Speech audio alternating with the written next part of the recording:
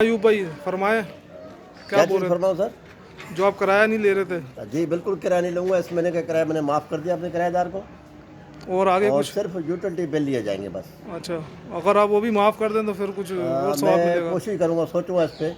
जब बिल भरने के बाद? हाँ, अच्छा बिल आने के बाद देखेंगे क्या सूरत हाल है, बिल कितने आते हैं। अच्छा, तो फिर ये उस वैसे हिसाब आपने से बहुत इंशाल्लाह अच्छा ने कदम कहा, उठाया है। और तो हम उसमें भी कुछ कमी कर देंगे। इनके किराएदार से भी आपको मिलवाते हैं। जी हाँ तो बिल्कुल। ये हैं किराएदार। अस्सलाम। वालेकुम सलाम।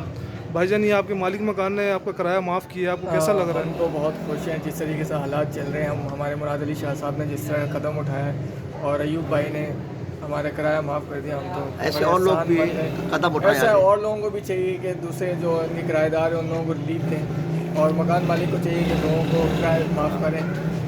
और और जो आपका जो बिजली का बिल जो ये बोल रहे हैं कि वो देना पड़ेगा, फिर उसका क्या यूटिलिटी का कोई सोचा? बात नहीं है, बिजली का बिल हम अदा कर देंगे। बिजली और गैस का भी। जी, बस यूटिलिटी ये बिल है जो कि भी है। किराए की एक होती है कि किराया ज़्यादा आते तो वो हम कुछ तो फर्क